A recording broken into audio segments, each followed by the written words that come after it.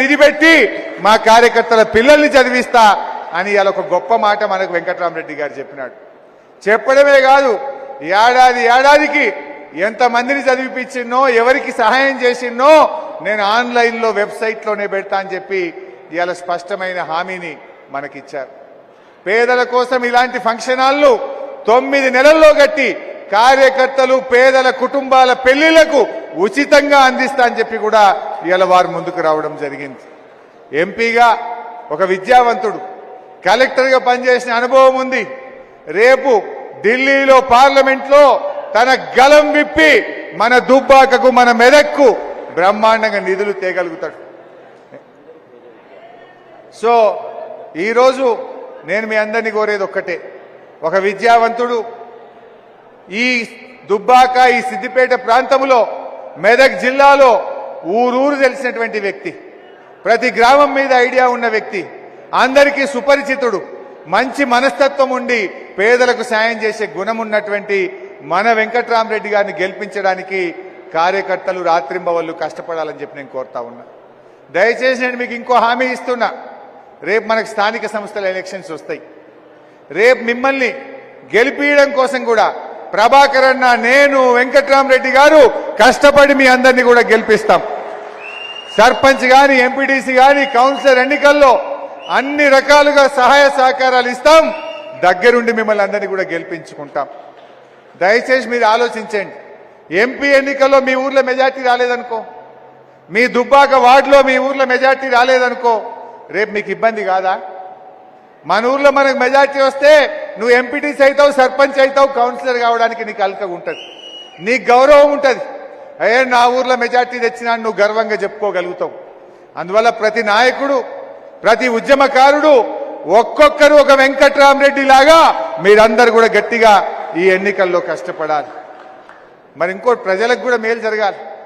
BJP Congress దొందే, రెండు తెలంగాణకు మోసం చేసినాయి. ఇవాళ బీజేపీ వాళ్ళు ఏమన్నారు, విదేశాల్లో నల్లధనం తెస్తాం, ఒక్కొక్కరి అకౌంట్లో 16 లక్షలు వేస్తామన్నారు. వచ్చినాయా? మరి ఏమైంది? రూపాయి విలువ పడిపోయింది, పేదరికం పెరిగింది, నిరుద్యోగం పెరిగింది, రైతులు రోడ్డు మీదకి వచ్చిన పరిస్థితి బీజేపీ పుణ్యం. కాంగ్రెస్ వాళ్ళు ఎన్ని హామీలు ఇచ్చిండ్రు, ఏ ఒక్క హామీ అన్న అమలైందా? ఇవాళ మీరే చూసిండ్రు. అందువల్ల ఇప్పుడు ఒక ప్రశ్నించే గొంతు కావాలి. ఇటు కాంగ్రెస్నైనా అటు దేశంలోనైనా మన హక్కులు కాపాడాలంటే ఒక ప్రశ్నించే గొంతుక అది వెంకట్రామరెడ్డి గారి రూపంలో మనకు ఉంటుంది. ఆయన విద్యావంతుడు, కలెక్టర్గా పనిచేసిండు కనుక చట్టాలు తెలుసు, ఈ ప్రాంతం మీద అవగాహన ఉంది కనుక రేపు గట్టిగా మాట్లాడగలుగుతాడు.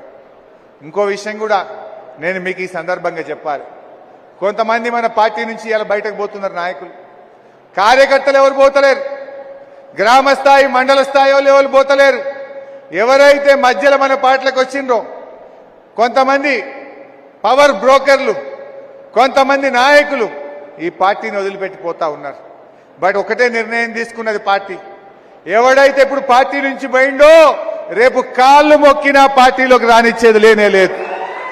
ఎట్టి పరిస్థితుల్లో వాని మళ్ళా పార్టీలకు మాత్రం రానిచ్చేది లేదు. ఎందుకంటే మీరు ఇలా కష్టకాలంలో ఈ టైంలో పార్టీకి ద్రోహం చేసిన వాళ్ళు కన్న తల్లికి ద్రోహం చేసినట్టుగా భావించాల్సి ఉంటుంది. ఇది అన్యాయం కాదా? ఏం తక్కువ చేసింది పార్టీ మీకు? అన్ని అవకాశాలు తీసుకున్నారు, ఇవాళ వాళ్ళే పోతా ఉన్నారు. తప్పకుండా రేపు రాబోయే రోజుల్లో కష్టపడ్డ కార్యకర్తలకు, నిలబడ్డ నాయకులను గుండెల్లో పెట్టుకొని కంటికి రెప్పలాగా కాపాడుకుంటామని మనం చేస్తా ఉన్నా. ఇప్పుడు ఇది ఏం ఋతువు అంటే, ఈ ఆకులు రాలే కాలం ఇది, శిశిర ఋతువు అంటారు, అంతేనా? శిశిర ఋతువు అంటే ఆకులు రాలుతాయి. ఇప్పుడు అట్లే మన పార్టీలో నుంచి కొన్ని పనికిరాని ఆకులన్నీ చెత్త కుప్పలు కలిసిపోతున్నాయి. పనికిరాని ఆకులు చెత్త కుప్పలు కలిసిపోతున్నాయి. ఒకటే ఉంటుంది, ఆకులు పోయినాక వచ్చేది ఏముంటుంది? చిగురు పెట్టదా పెట్టదా? మూలమంత్రం మాత్రం స్థిరంగా ఉంటుంది. ఆకులు పోయిన తర్వాత మళ్ళీ కొత్త చిగురు వస్తుంది, మళ్ళీ ఆ చెట్టు మళ్ళా వికసిస్తుంది. రేపు కూడా కొన్ని పనికిరాని, కొన్ని ఆకులు పోయినట్టు కొంతమంది నాయకులు పోవచ్చు, కానీ బీఆర్ఎస్ పార్టీ మాత్రం తెలంగాణ రాష్ట్రం ఉన్నంత కాలం బీఆర్ఎస్ పార్టీ ఉంటది. గడ్డ మీద బీఆర్ఎస్ పార్టీ తెలంగాణ ప్రజల కోసం ఈ ప్రాంతం కోసం పనిచేసేటువంటి పార్టీ బీఆర్ఎస్ పార్టీ.